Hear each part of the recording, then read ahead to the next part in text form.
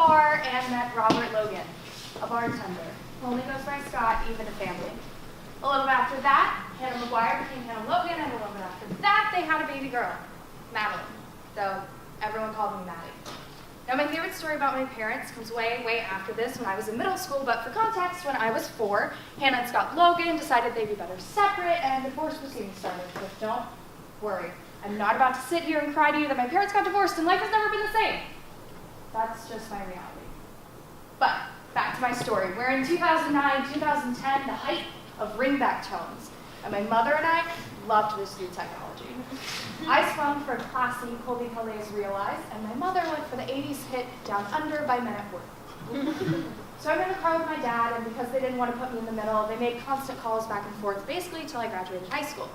So my dad's calling her, and he puts it on speakerphone for whatever reason, and I come from a land down under, rings out. My dad looks at me. Did she do this because she knows I hate this song? I laughed, but didn't really have an answer, so the next day I asked my mother whether or not she did do this despite my dad.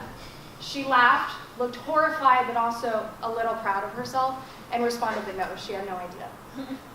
It's a simple story, but it's one that reminds me of how much my parents did and continue to do for me, even if it's a small, it's calling someone despite hating the ringback tone.